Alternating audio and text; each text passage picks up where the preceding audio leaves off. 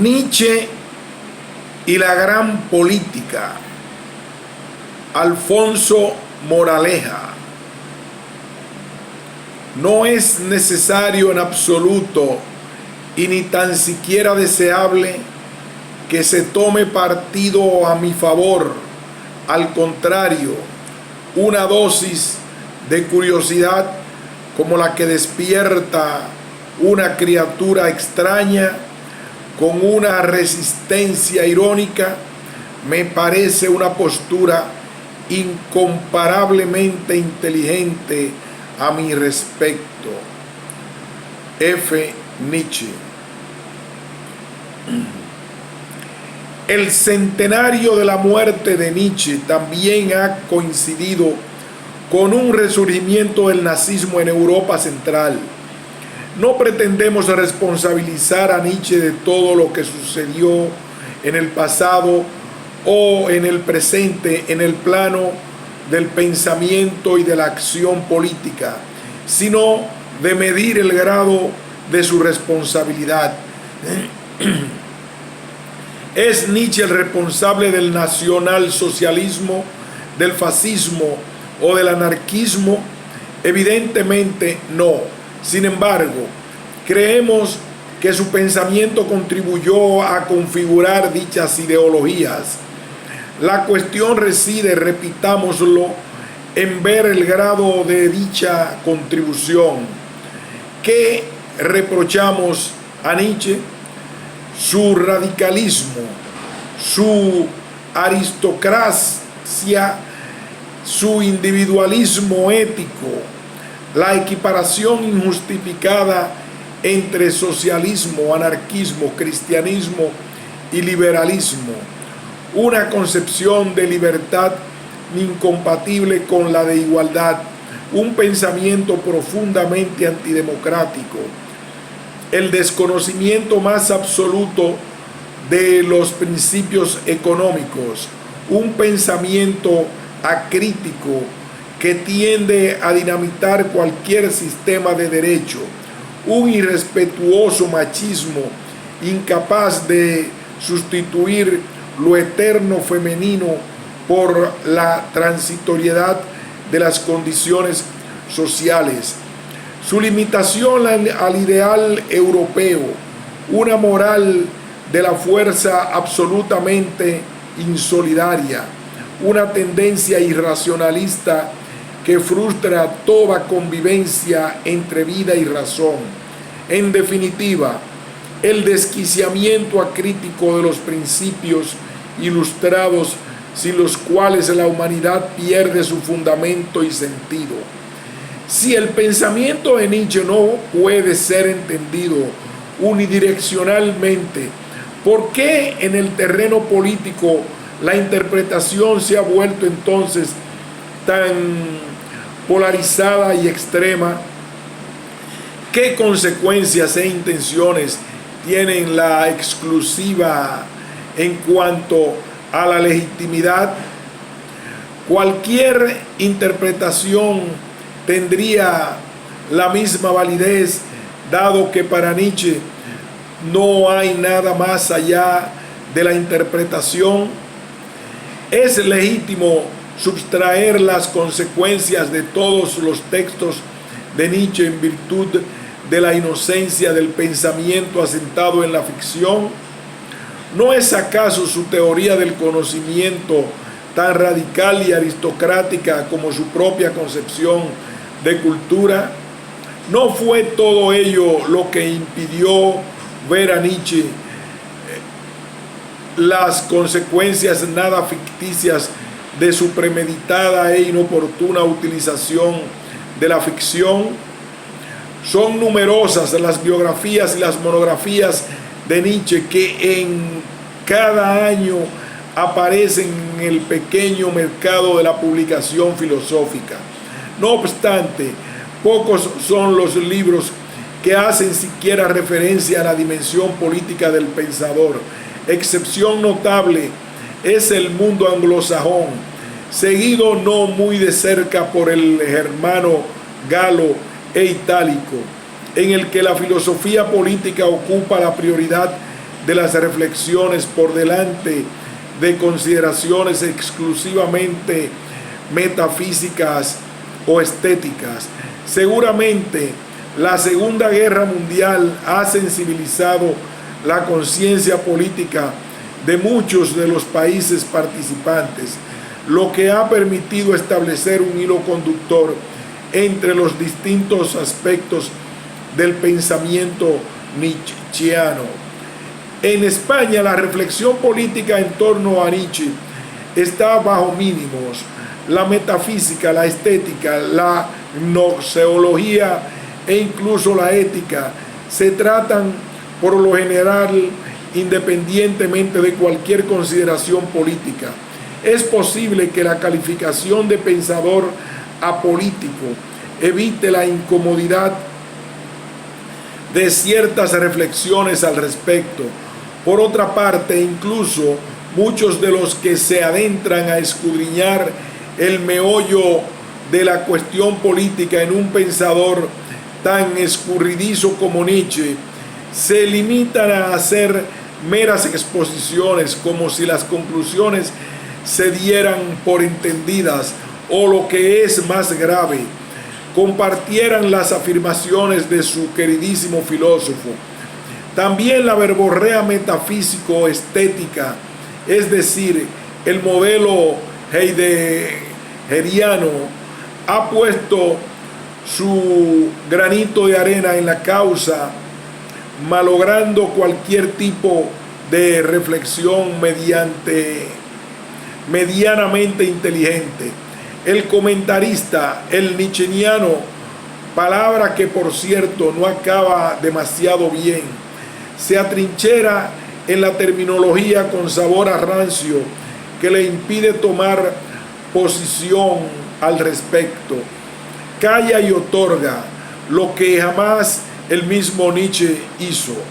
El crepúsculo de los ídolos no parece afectar al ídolo de Nietzsche, a pesar de que él mismo nos previniera de su propio pensamiento. Es sorprendente ver hasta qué punto la perspectiva del historiador, del sociólogo, del politólogo o del experto en literatura no solo no confirman las opiniones de los especialistas filósofos, sino que las desmienten con rotundidad. Pocos pensadores como Nietzsche han levantado tantas pasiones a lo largo de su relativa corta historia. Discípulos, acólitos, evangelistas y todo tipo de adolescentes han llevado la palabra de Zaratustra más allá de donde se podía llevar.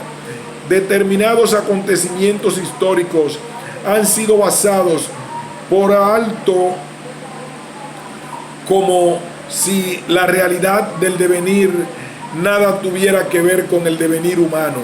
Apostar hoy en día por el desarrollo del superhombre, por la inocencia del devenir, por un aristocratismo antidemocrático o incluso por un esteticismo apolítico, amoral o inmoral, representa un atentado contra aquella humanidad que en estos momentos muere de hambre, de sed o de enfermedades que el hombre blanco, bien pensante de Occidente, ha erradicado de sus territorios.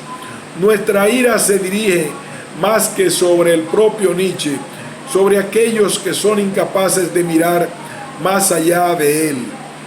Clement Rosset afirma que precisamente en su ensayo sobre Nietzsche, que toda declaración de humanismo es virtualmente terrorista.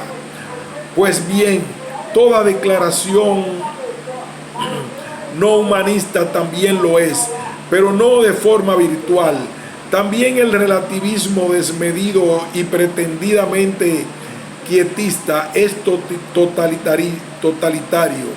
Rosset, como no podía ser de otra manera, es más nietzscheano que Nietzsche. Su gran saber y su lógica de lo peor son demasiado alegres y lógicos para ser aplicados al propio Nietzsche. No hay en Nietzsche de Rosset ninguna inquietud, ninguna lucha por ciertos valores establecidos. Se olvida que la aprobación incondicional de lo real en Nietzsche no es siempre incondicional. La crítica Crinó de Nietzsche no se limita a ser una mera observación y discernimiento, y no solo porque el propio acto de escritura ya signifique el primer paso en la confección de una salsa sobre la realidad, sino porque también Nietzsche pone en crisis, es decir, elige, ataca, contesta y acusa. La verdad absoluta de nuestra época exige de nosotros algo más que un pensamiento acrítico, y el pensamiento de Nietzsche llega a ser tan radicalmente crítico que se convierte en su contrario. Cualquier proyecto de humanidad debe pasar por la desaparición, entre otras cosas, del llamado tercer mundo, y cualquier otra verdad deja de serlo por contraste. Sin pretender en una introducción abarcar todos los aspectos políticos del pensamiento de Nietzsche, si tratáramos de brevemente algunos de los más problemáticos y significativos. Así, por ejemplo, parece evidente que uno de los asuntos más conflictivos del pensamiento de Nietzsche es su propensión a utilizar terminología biológica, bien sea zoológica, como cuando habla de la doma y cría de los seres humanos, o fisiológica, cuando se refiere a su concepción fisiológica de la moral, lo que posibilita conceptos y expresiones tan peligrosos como raza, casta o bestia rubia. Esto, como ha señalado Ernest Nolte, no es una mera rareza. La gran salud supone una nueva forma de vida basada en algo más que en la salud espiritual. La decadencia del hombre europeo a la que Nietzsche se refiere no es tan solo moral. Primera proposición: la gran política, dice Nietzsche, quiere hacer de la fisiología la señora con respecto a todas las demás cuestiones.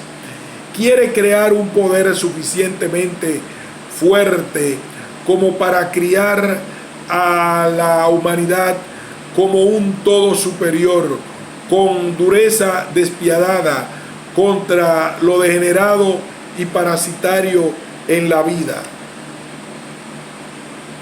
Segunda proposición: crea un partido de la vida suficientemente fuerte para la gran política, que ponga fin inexorablemente a todo lo degenerado y parasitario.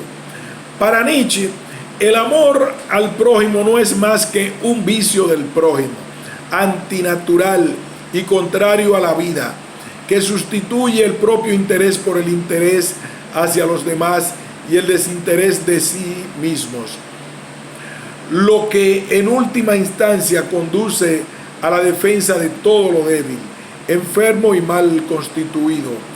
¿Es el pueblo judío contrario a la vida? Sin duda alguna. Nietzsche valora de manera inequívoca el carácter adaptativo del judío. Es preciso resignarse al hecho de que sobre el espíritu de un pueblo que padece, se quiere padecer de la fiebre nerviosa nacional y de la ambición política. Pasen múltiples nubes y perturbaciones, o dicho brevemente, pequeños ataques de estupidizamiento.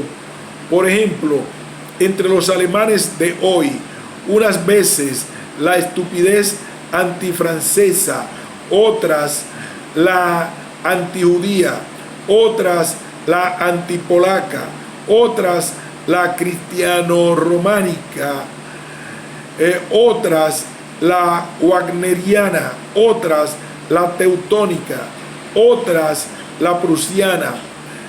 Los judíos son, sin ninguna duda, la raza más fuerte, la más tenaz y la más pura que vive ahora en Europa.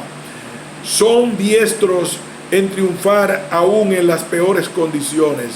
Un pensador que tenga sobre su conciencia el futuro de Europa contará en todos los proyectos que trace en su interior sobre este futuro con los judíos y asimismo con los rusos.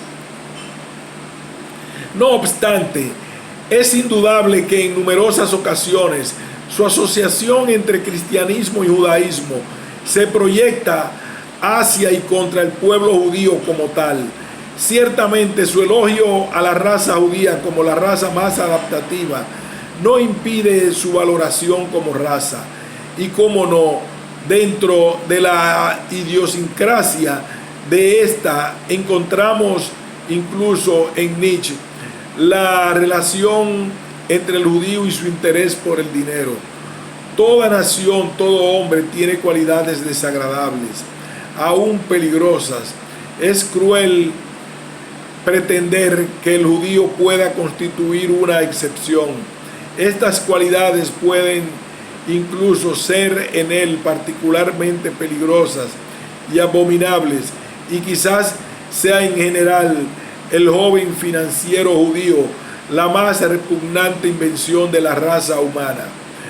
Por otra parte, su alejamiento de las teorías darwinistas viene dado precisamente por la constatación de que lo más adaptativo, lo que sobrevive, no es siempre lo que debe sobrevivir. ¿No es acaso la moral del esclavo mucho más adaptativa que la del señor? Es cierto que Nietzsche considera que donde se mezclan las razas está el origen de una gran cultura. Pero recordemos también que asociaba el triunfo de los ideales democráticos a la degeneración de la raza o a la mezcla de sangre. Nietzsche no puede ser considerado un antisemita radical, pero no hay que olvidar que el judaísmo representa para él el origen del cristianismo y de todas aquellas ideas modernas que aborrece, los ideales democráticos e ilustrados. A pesar de su rotunda crítica al concepto de naturaleza y de su metafísica de la diferencia, con Nietzsche tenemos la sensación de que no es antisemita tan solo por convicción. El problema judío, por otra parte, está íntimamente ligado en Nietzsche a la unidad de Europa. Estoy llegando a lo que para mí es serio, al problema europeo, tal como yo lo entiendo, a la selección de una nueva casta que gobierne Europa. El tratamiento de Nietzsche a este problema es lo suficientemente complejo como para creer que se trata de algo más que un error de Genus. Se ha mantenido que Nietzsche desarrolló una filosofía suprapolítica hasta su última etapa, en la que la preocupación por la formación del hombre y el dominio de la tierra cambian su perspectiva. Es posible que haya una mayor presencia del pensamiento político en el último Nietzsche, pero no obstante, a nuestro juicio, el interés por la política se manifiesta en distinto grado y en distintas temáticas, desde el joven Nietzsche y a lo largo de toda su obra, lo que no impide que su valoración de la política sea a menudo más que negativa. Es curioso comprobar cómo Nietzsche toma partido por determinados asuntos políticos que en principio no le atañen, por ser considerados precisamente asuntos políticos. Perdóneseme el que tampoco yo, durante una breve y osada estancia en terrenos muy infestados, haya permanecido completamente inmune a la enfermedad, y el que para mí, como a todo el mundo, hayan empezado ya a ocurrírseme pensamientos sobre cosas que en nada me atañen. Primera señal de la infección política. La consideración peyorativa que Nietzsche tiene de la actividad política no puede desligarse de cómo los alemanes, incluso Goethe, han minusvalorado la sociedad frente a la comunidad, así como las consideraciones políticas que ésta entraña. Schopenhauer, Nietzsche, Troels y Thomas Mann mueven sus piezas dentro de este contexto. Frente a la noción moderna de soberanía nacional, Alemania permaneció fiel a la de soberanía universal encarnada ya por el Sacro Imperio Romano Germánico.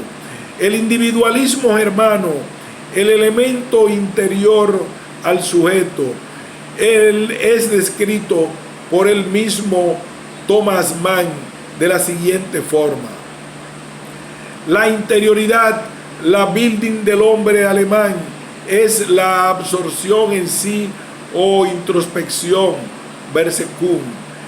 Es una conciencia cultural individualista, es la preocupación, sin, por el cuidado, por la formación, Formung, por la profundización y por la realización del yo propio, o en términos religiosos, por la salvación y justificación de la propia vida. Es pues un subjetivismo espiritual, una esfera, si puedo decirlo así, de cultura pietista, personal, gustosa de autobiografía y de confesión, en la que el mundo de lo objetivo, el mundo político, es sentido como profano y rechazado con indiferencia, porque, como dice Lutero, este orden exterior no tiene importancia. Nichts Gelingiste an. La reforma luterana, a juicio del propio Mann, inmunizó al alemán de la Revolución Francesa, o en otras palabras, de la civilización, de la culminación de la civilización romana. De ahí que todo lo que ésta supuso, el supuesto progreso, las luces, el universalismo, el derecho, la libertad y la igualdad, la política y por extensión la democracia, no entraban dentro de los límites de la cultura germánica, de un individualismo interior, espiritual y cuasi religioso, próximo a la filosofía de la vida. En este sentido, los análisis del Norbert Elias resultan imprescindibles. Él ha recalcado como nadie la oposición entre los valores de la civilización, ciencia, política, organización económica, creencias religiosas, moral y todos modos de comportamiento más propios de Francia o Inglaterra, de los valores de la cultura, arte, religión y filosofía, más cercanos a la mentalidad alemana. Si la civilización es entendida con un carácter universalista, intentando resaltar lo que de común hay o debería haber en los hombres, la cultura, tal y como es entendida por el alemán, resalta los componentes y aspectos más específicos de pueblos e individuos. Esta oposición explica en su justa medida no solo la valoración negativa que de la política tiene por lo general el intelectual alemán de la época, sino también y sobre todo el mismo elitismo intelectual. No obstante, la oposición no es absoluta. La supuesta incompatibilidad entre la Bildung y la política se suaviza en la constante confrontación que el alemán realiza al comparar lo que siente como autóctono, el elemento germánico y el elemento extranjero no germánico. Es desde esta dimensión donde podemos entender textos como el siguiente. El alemán, dice Nietzsche, que ha vuelto a encontrarse a sí mismo gracias a la guerra, reconoce que su ser, desde tiempos inmemoriales a la fecha, es guerrero y militar, y que un mundo traidor y cobarde ha tratado de domesticarle como forma de quitarle su pasión, de aniquilar su demonio. Porque ¿qué es lo que odian en nosotros? Odian al alemán guerrero, al que está siempre alerta, al sagaz y verdadero. Nosotros, los alemanes, podríamos gozar de la paz eterna si renunciáramos a nuestra autenticidad, si hiciéramos sacrificio de nuestro germanismo, si nos castráramos anímica y espiritualmente. ¿Acaso el odio al prójimo, la ausencia de piedad y de solidaridad emocional ante el sufrimiento ajeno, tres características esenciales de la cultura alemana nazi, no estaban potencialmente presentes en los escritos de Nietzsche? ¿No pensaba el mismo Nietzsche que la democratización de Europa no era más que un eslabón lamentable de una cadena que conduciría tarde o temprano a una Europa de las élites? Y es que, a nuestro juicio, es el ataque a la igualdad democrática en el terreno político y no al socialismo, como piensa Lukács, la diana de sus reflexiones políticas.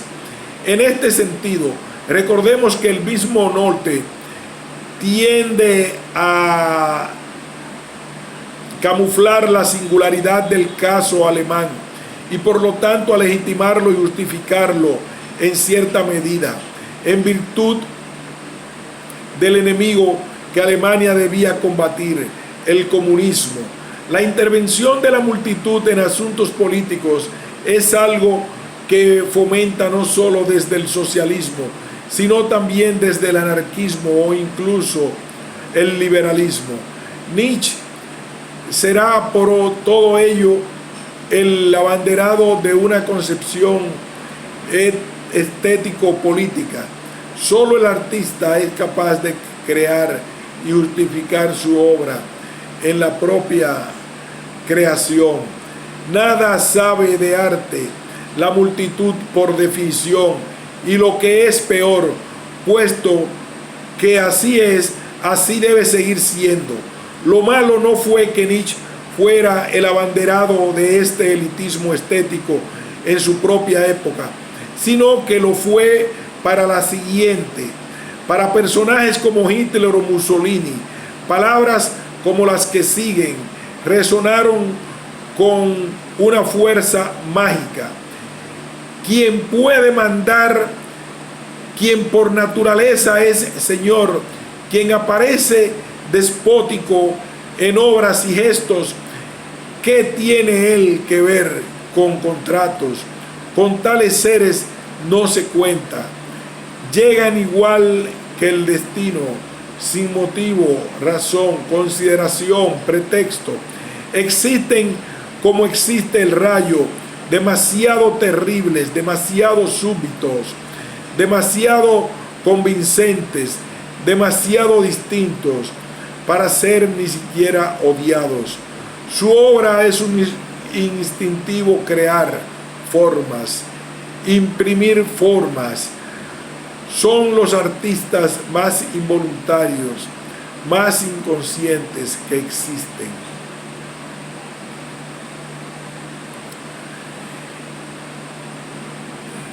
Estos organizadores natos no saben lo que es culpa, lo que es responsabilidad, lo que es consideración.